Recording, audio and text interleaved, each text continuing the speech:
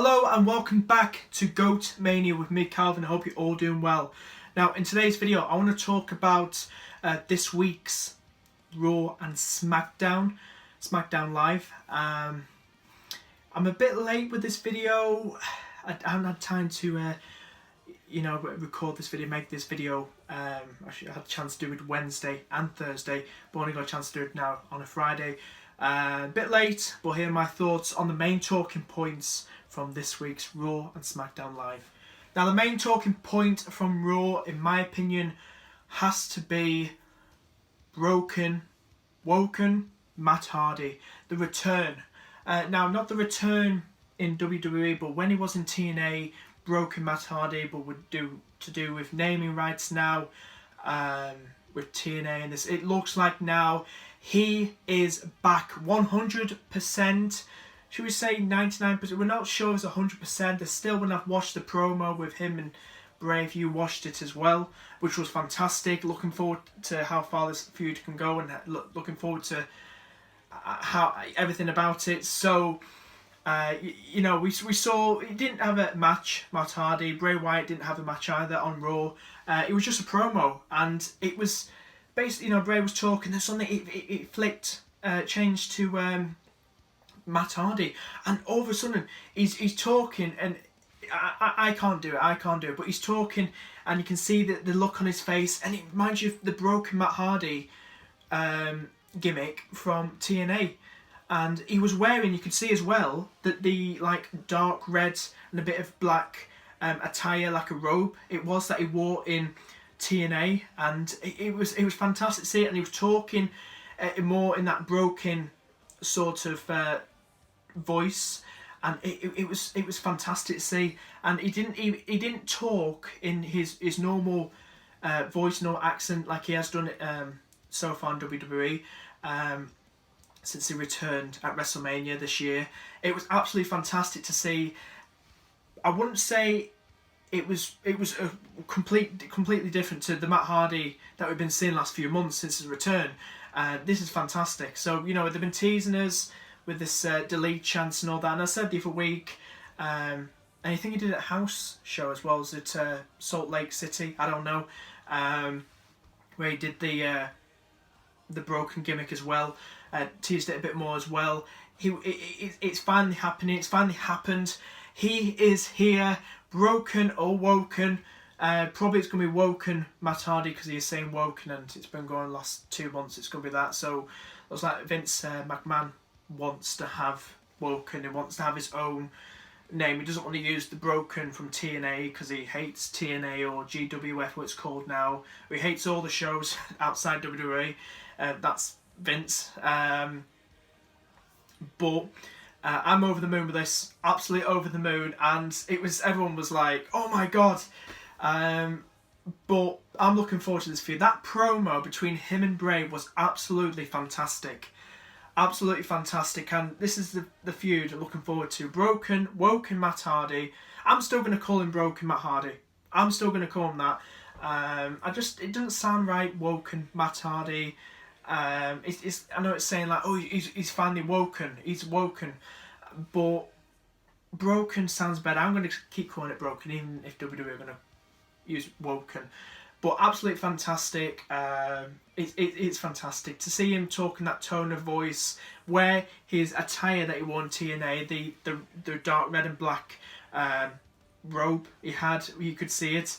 It was absolutely fantastic, and it's looking forward to it. So next week's Raw, hopefully see a match or brawl between the two, would be absolutely amazing. I don't know what's going on here. Nia Jax and Enzo backstage.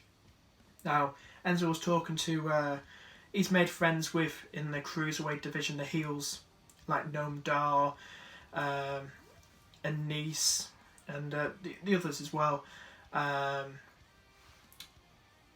For some reason, as they disappeared, Enzo then turned to his right, and there was a smiling Nia Jax. Now, I like Nia Jax. There was talk in the last month or so she was wanting to leave, something like that, or I think she's amazing. She's lovely. I've not met her in person, but I know she's, the close friendship her and Alexa have got in real life is really cool to see. If you on Snapchat or Instagram, little videos they post of just goofing around, having fun. I mean, that's really cool friendship that. But this, I don't know where this is going to lead to with Nia Jax and Enzo, and then she's going like, it was this awkward like silence as Enzo turned and looked at her, and then she went, "How you doing?" like that, and then she just disappeared then, and he was just like, just completely, what's going on, like. But I don't know where that's going to lead. I don't know. Probably have Nia Jax by Enzo's side in the cruiserweight, because I mean we had Alicia Fox by Noam Dar's side in the past. You had Sasha Banks by Rich Swann. Rich, is it Rich or Rick? Rich Swann, I don't know, but so we've had, so it could be next week in the cruiserweight division. We could see that happening. I don't know. I'd love to see her win the Raw Women's Belt. I mean, she deserves it. I mean, she's not having the chances, WWE not giving it to her, and I'm shocked about that. She could be the next one to go, and she's a really good talent, she is, and it's just WWE just wasting all this talent. I mean, I don't know what to say about it, really. Now, Jason Jordan had a match against Roman Reigns, the current IC champ. Roman Reigns won. Then we went backstage. I can't remember if it was before or after, but Samoa Joe attacked Jason Jordan while Kurt Angle was there. And, Samoa Joe, I'd love to see him as the IC champ. I love to see him as the IC champ because I just do, because he's such a fantastic wrestler. He really is, and I feel like he needs this push. He needs to win a title. He hasn't won a title yet in WWE, in the main roster I'm talking about. He's won at NXT obviously, but he hasn't won a title yet in the main roster, and he's very talented in the ring. He really is. So I hope it's obviously going to lead to a feud with that, because that's carrying on. And also I will mention as well that he did interfere in Dean Ambrose and Seth Rollins' was it a rematch for the Raw Tag Team Championship belts that are currently held by The Bar, Sheamus and Cesaro. It was a no DQ match, so he came out, attacked both Rollins and Ambrose, and then so Roman Reigns came out from backstage to help his teammates out, his brothers, but it was a bit of a distraction. And then I think Roman attacked Cesaro, and then he went out the ring trying to chase Samoa Joe, and then Sheamus came out of nowhere, bro kicked. We couldn't see, it was quick. How the camera just turned off and then back onto it again. I think he bro kicked Ambrose, and then quickly, as Cesaro was on the ground after being attacked, I think Superman punched by Reigns, quickly grabbed Cesaro and threw him on to pin Ambrose and win the titles. I want the Shield back, Ambrose and Reigns. I'm not a fan of Sheamus and Cesaro, as you know, as a tag team. I'm not, and I was a bit annoyed about that. I mean, I was even more annoyed when they won them, when they became the new champs back at Manchester Raw, when the New Day distracted the Shield. I mean, that was some moment that I was turning around watching the New Day from up the steps, because they were just behind me where I was sat, and we were all distracted, and the crowd was distracted, and all of a sudden the rest count 1, 2, 3, and all of a sudden what the hell's going on, and also a new tag team. I really want to see Sheamus and Cesaro split up now as a tag team. I feel like they're much better when they're not as a tag team. I want to see Cesaro win a belt, a singles belt. I mean, we haven't seen him win one for ages. I think it was last time he won it was like quite a few years ago, when it was the US title, I think. That was quite a few years ago. I mean, we haven't seen, I think became tag team champs with Tyson Kidd, if I am correct. But he's not won a singles title for a hell of a long time. So I like to see him split, maybe go to SmackDown when the shuffle with the brand thing comes, whatever it's called. I can't remember. I think we need that happening. I have a feeling that AJ Styles will be going when that does happen to Raw. I hope they don't mess SmackDown up again, make it just nothing to watch. I mean, SmackDown is still something to watch when you watch, really good talent, don't get me wrong. But honestly, we need something. I'm going to start it all off. Hashtag push Alicia Fox. Now, I love Alicia Fox, and I just don't feel... I feel that she's very talented. She lost to Asuka, if that's pronounced her name. And then suddenly Paige, Sonya and Mandy came out, surrounded the ring. Asuka left the ring. She didn't stay to fight against the three of them with Alicia Fox. You know, if Alicia and Asuka to stick together, and Asuka did a bit of a heel move and just disappeared. I mean, is this going to lead to a heel turn? I don't know. Or, I mean, she had like a evil smile on her face when she was leaving the ring. Like, I don't know. It's just left Alicia Fox in her own. Paige came to the ring and started being a bit nice to Alicia Fox, and all of a sudden she said something that wasn't nice and just attacked. All three of them attacked Alicia Fox. But yeah, I don't know where all this is going to lead to now. But hashtag push Alicia Fox. I mean, I'd love to see her go for a title. I mean, the Raw Women's, maybe go to SmackDown, go for the SmackDown Women's title. She deserves this. She's very talented. Now on to SmackDown Live. Now we're going to start off with Mojo Rawley. Now we know what he did last week. He turned heel. He turned on his partner Zack Ryder after WWE were teasing us that a Zack Ryder heel turn was about to happen, but it wasn't Zack that turned heel. It was Mojo Rawley, who a hell of a lot of us did not expect. I tell you that. I did not expect that either. I mean, but we'll see where this goes. They did not have a match as far as I watched.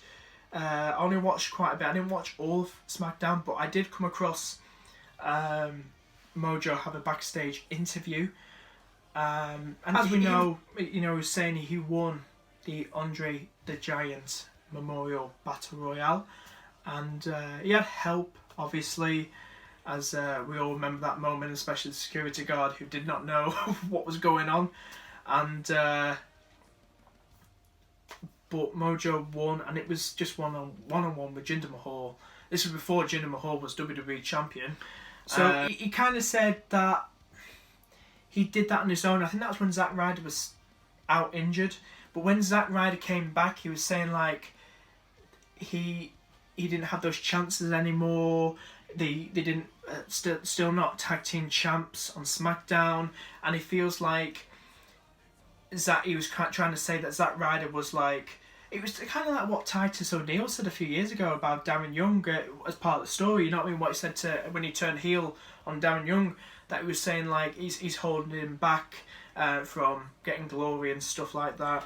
But what I noticed recently on his Instagram, Zack Ryder's Instagram, was a picture of Zack Ryder. Zack Ryder posted this of him at the top of the ladder. If you remember WrestleMania, not this WrestleMania, but the year before, and he won the IC title, and but then lost it quite quickly. I think it was on the day after on Raw, to The Miz and Maurice made that return to WWE. So what Zack was trying to say in that post, he said he did that all on his own. He went to the top of the ladder, no one helped him. He won the IC title, and he's trying to say that Mojo Rawley had help to help him win the Andre the Giant Memorial Battle Royale. You get a big trophy when you win the Battle Royale, the Andre the Giant, and he had help, as we all know. We all saw at WrestleMania earlier this year. Now I want to talk about the Bludgeon Brothers. The Bludgeon Brothers, they went off and had a fight against a match against some local talent, local wrestlers, Luke Harper and Eric Rowan. Now I can see, I hope it doesn't go like this, but the way this is going, you know what it reminds me of? Do you remember when the Ascension made their main roster debut? They came up from NXT, and then they had a few matches in the main roster against some local talent, which was, I mean, you look where they are now. Look where they are now. I mean, I don't know what they're doing with Fandango and Tyler Breeze. Is what they put the four of them in this like mystery thing going on, and it's good to watch. But I mean, look what they do to the Ascension. I mean, I really like watching them in NXT, and as soon as they came up, oh, they're finally in the main roster, and they're coming across, they're beating these local talent, and then suddenly they have them jobbing out in the next year or two in quite a few matches and stuff. And I mean, I'm worried this is what's going to happen to Luke Harper and Eric. I really do. Just fantastic talent, and WWE is just wasting it. Really is. So I really hope this does not happen to both Eric and Luke. Now let's talk about this. Baron Corbin, Bobby Roode and Dolph Ziggler. US title. Baron Corbin, the current US champ. Bobby Roode wants the belt. He hasn't won a belt yet in the main roster since coming up from NXT. Dolph Ziggler, since his heel turn, has not won a belt title since his heel turn. I tell you something, they both deserve it, and I tell you something, getting Dolph Ziggler involved this now, I tell you, it was glorious seeing Bobby Roode getting this feud with Baron Corbin for the US title. I'm looking forward to that. Then Dolph Ziggler suddenly gets involved, and I'm looking forward to that too. So these three going at each other for the US title will be glorious. I'm looking forward to that. I'm not a fan of Baron Corbin. I'd love the belt to either go to Bobby or Dolph. I mean, I'm a big fan of both of them. I mean, Dolph does deserve this because he's such a hard worker. And since he's turned heel, was it January this year? In Jan? They've really messed him about, WWE. I mean, he should have won the Money in the Bank briefcase. He didn't. Went to Baron Corbin. Had him lose it to Jinder Mahal because John Cena distracted him. And we all got excited because we thought we were going to be the new WWE champ. That's what annoys me, failed cash-ins. It really annoys me, that in WWE. When you get so excited and just like, it's an absolute piss take. It really is. So, I'd love to see that. I'd love to see Dolph. Dolph does deserve it more, in my opinion, than Bobby Roode. I'd love to see Bobby Roode as the WWE champ. I'd love to see Bobby Roode versus AJ Styles. Two former TNA stars going at it. I'd rather see Bobby Roode versus AJ, or Dolph versus AJ for the WWE title than Jinder Mahal. I mean, we saw the Singh brothers, if that's, I think they were called the Bollywood Boys previously before they came up to the main roster. Very talented, but there's some Jinder turned on them, and he did turn them on SmackDown. That was aired live back in Manchester. But also want to say as well, happy Rusev Day, because every day is Rusev Day. Want to tell you all something quickly, that I'm going to leave a link to it below. It's on YouTube. I came across it actually on Instagram, but it's actually on YouTube as well, so I'll leave a link to it. And it's actually, I think it's Rusev singing, and it's to the theme song, to Shawn Michaels' WWE theme song, but he's put his own lyrics in it, Rusev, and it's absolutely hilarious. You really need to check that out, so I'll leave a link to it below. It's absolutely hilarious, and but yeah. Now, the final part of this video, I want to talk about Randy Orton went one-on-one against Sami Zayn. Now, we know was it last week Sami Zayn attacked Randy in the middle of Owens and Orton's match with a steel chair, and but Kevin Owens was handcuffed thanks to Shane and Daniel made the decision, so he couldn't interfere with the match. Handcuffed to the ropes, I think, but Owens set himself free. Broke with some cutters the handcuffs, and he then attacked Randy Orton. But who came out was Nakamura and helped Randy Orton. Now this is going to set up now. Looks like Randy has found his tag team partner. Now this isn't the first time these two have, come across each other. Randy and Nakamura. They also came quite a few weeks ago, 2 months ago, something like that. Nakamura and Randy. This is going to be his tag team partner. Nakamura is going to be Randy's tag team partner for Clash of Champions against Zayn and Owens. And the final part as well of this video is, you can see Daniel and Shane in the backstage saying something like their jobs will be on the line. Owens and Zayn's jobs will be on the line, and if they lose to Nakamura and Orton at Clash of Champions, they will be fired. I think where I can see them going, this is going to lead to them going back to Raw where they were before. I prefer them to go back to Raw. It's obvious they're going to go back to Raw. It's obvious. It really is. They'll be much better there. I do like them together. It's quite fun seeing them together, and seeing Sammy as a heel is quite awkward. It makes me cringe a bit seeing him as a heel, but I kind of like it. It's kind of weird but cool at the same time. It really is. Anyway, guys, thank you so much for watching. That was my post-match thoughts on Raw and SmackDown Live.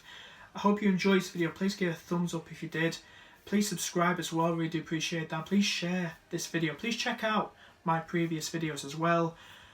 I've been your host, Calvin, and I shall see you guys in the next video. Bye-bye.